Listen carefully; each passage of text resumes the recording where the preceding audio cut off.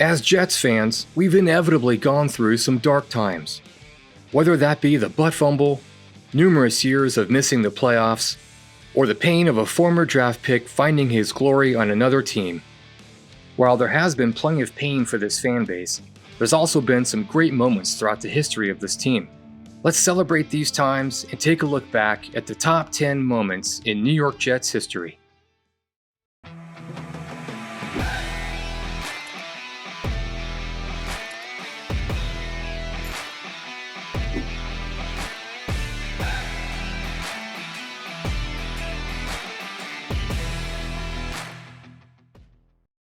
Starting off at number 10, the Jets destroy the Giants' playoff hopes.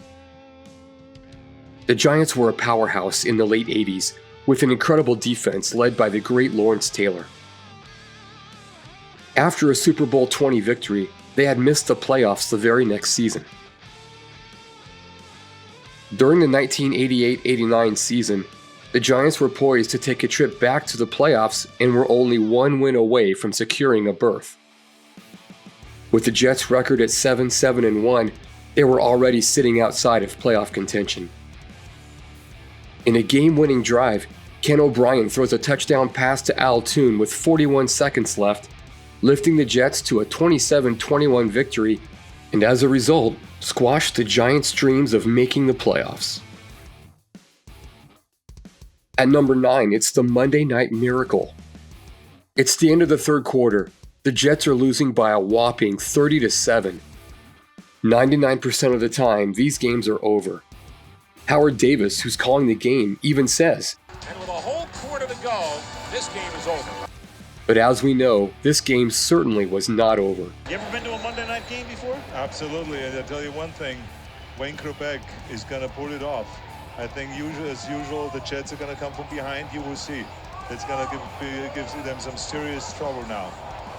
I think the Dolphins have to be terminated. The Jets would go on to score 23 unanswered points to tie the game. On the Dolphins' very next play, Jay Fiedler rolls out to his right and launches a bomb to Leslie Shepard, again giving the Dolphins the lead. The Jets would go on to again tie the game with a Vinny Testaverde touchdown pass to offensive tackle Jumbo Elliott, sending the game into overtime. In overtime, Fiedler was intercepted by Marcus Coleman, and Testaverde got the Jets into field goal range with a pass to Wayne Krupek. The Jets won this game with a final score of 40-37, making this one of the greatest comebacks in NFL history. Honorable mention is the 2022 draft class. Sauce Gardner, Garrett Wilson, and Jermaine Johnson, followed by Breece Hall in the second round.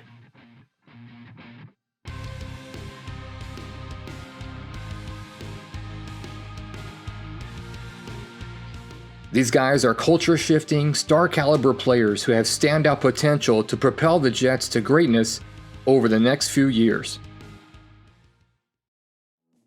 Number 8 is the Dolphins versus the Jets on September 21st, 1986. At 10-1, the New York Jets were red hot during the 1986 season. One of those victories came in a huge Week 3 matchup against Dan Marino and the Miami Dolphins. The Jets were led by quarterback Ken O'Brien, who was drafted in the same class as Marino. On this particular Sunday in September, these two quarterbacks would combine for over 900 yards and 10 touchdowns. This insane offensive battle went into overtime, where the Jets pulled out a win at home by a final score of 51-45. Just seemed like things were clicking and we were moving the ball downfield, and if we wouldn't have hit on that big one in the West, we would have hit somewhere else. We just made things happen and hung in there, and Marino led a big charge all day long. He was hot, and just lucky our offensive line protected and blocked him out long enough to give me the time to throw it downfield. At the number 7 slot, the New York Sack Exchange. One of the most historic and feared defensive lines in all of NFL history, this infamous group of linemen was made up of Marty Lyons, Abdul Salam, Mark Gastineau, and Joe Klecko.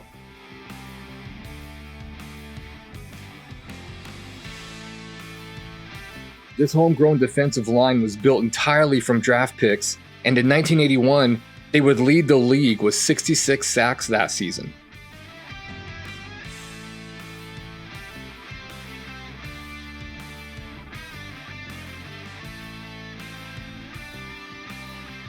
In 2023, Joe Klecko was the only member of the Sack Exchange to be inducted into the NFL Hall of Fame.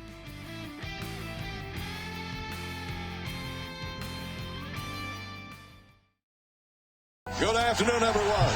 From Gillette Stadium, a place that is stoked up and ready for the AFC divisional round. The Patriots and the Jets meeting for the third time this season. They say it can't be done. They say we have no chance. Hey, let me tell you something. Any man can be beat on any day. Number 6. Tom Brady's first home playoff loss. 2010 was Rex Ryan's second year as the Jets head coach, and they traveled to Foxborough to take on Tom Brady and Bill Belichick in a divisional round of the playoffs.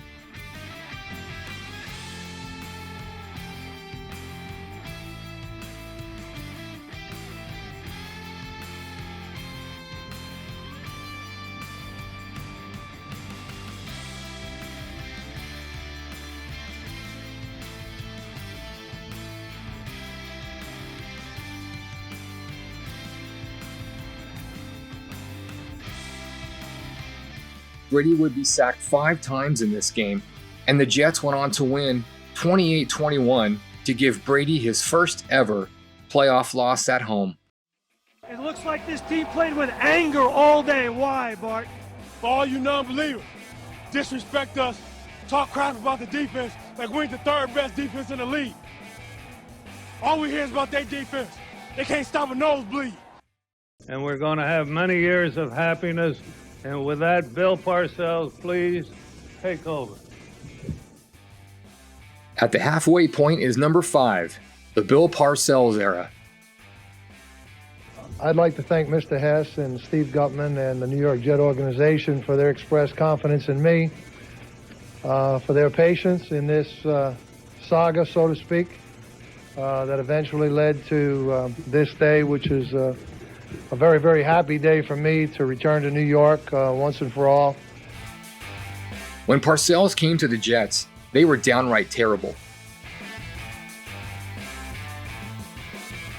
In the previous 2 seasons under Rich Kotite, the Jets had finished 3-13, then 1-15.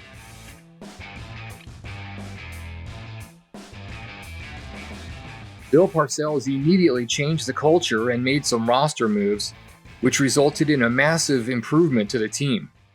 Hard job to be good at it. There's a lot of guys who go back there and just fool around. Yeah, but it's a hard job to be good at it. Sprint to it, get set, catch it. Okay? I've had them all. I had Megan, I had McConkey. All these guys can return. They were good returners, and I'm teaching you just what I taught them.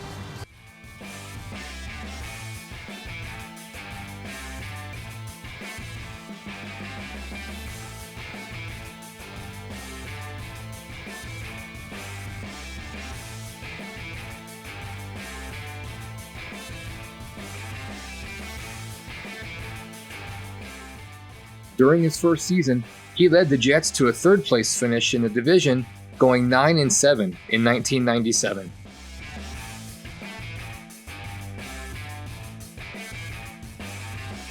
Here we go, Lamont. Just relax, man. This ain't nothing but football.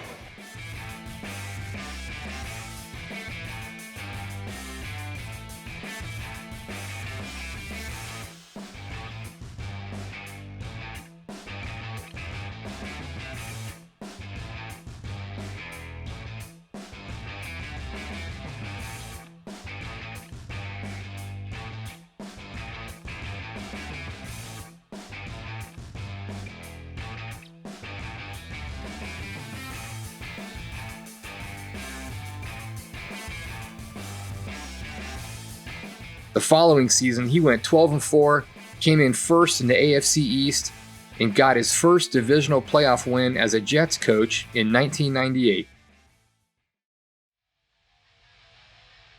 Number 4. Curtis Martin becomes a Jet.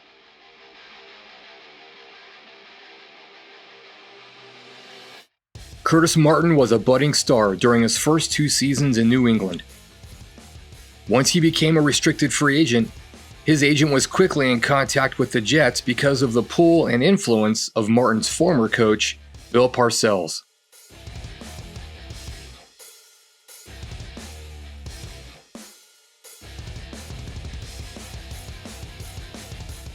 For 8 years, Curtis Martin was the cornerstone of the Jets' offense, rushing for over 10,000 yards. 60 minutes! 60 minutes, not 59, 60 minutes! Win on 3. 1, 2, 3, win! Martin running right, tries to cut back inside the 5, touchdown! Curtis Martin!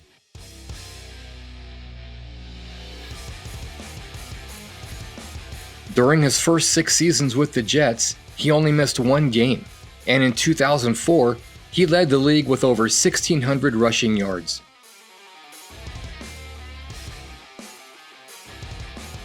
Curtis Martin was inducted into the NFL Hall of Fame in 2012.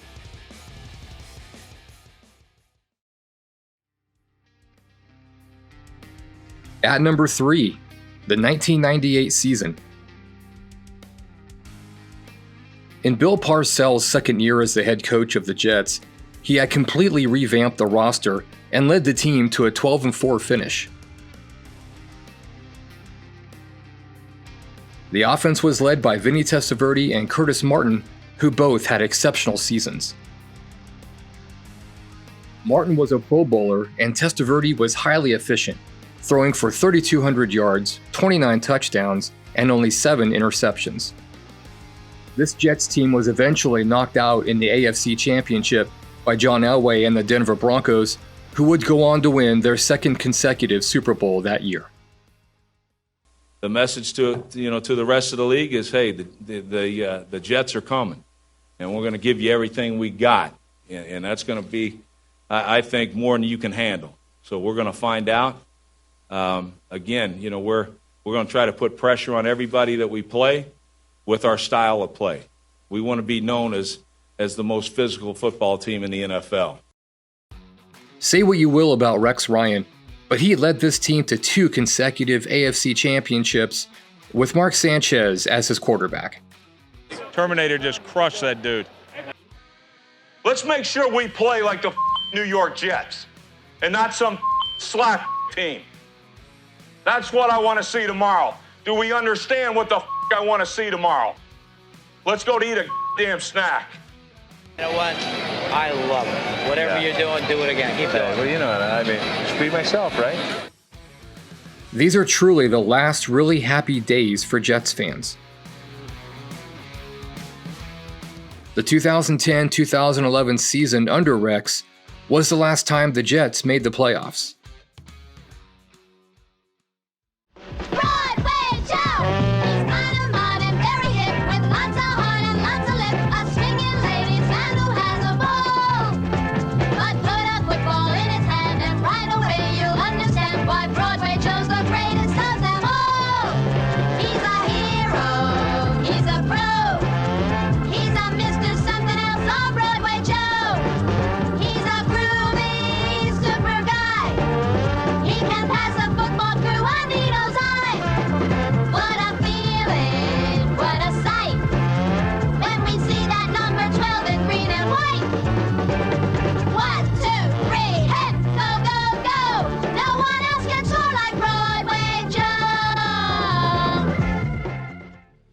And at the number 1 spot of the Jets' top 10 all-time moments, Super Bowl III. But Namath has not been bashful this week. He's come down here to Miami, and he has said that the Jets are going to win. He doesn't even predict it. He said, I guarantee a Jet victory. He has downgraded the opponent, the quarterback, Earl Morrall. And this is supposed to now give Baltimore even more of an incentive, and they say that it has added maybe a 2-touchdown edge to the Colts. Broadway Joe Namath is without a doubt the most famous player in New York Jets history. Super Bowl III was a monumental day for both the NFL and the New York Jets. It was a major upset victory for the Jets against the favored Baltimore Colts, and it showed that the AFL teams had the potential to beat teams in the NFL which had long been considered the greater of the two. Longtime Jets fans think that Namath sold his soul and made a deal with the devil because it seems like since that game, the Jets have had nothing but bad luck.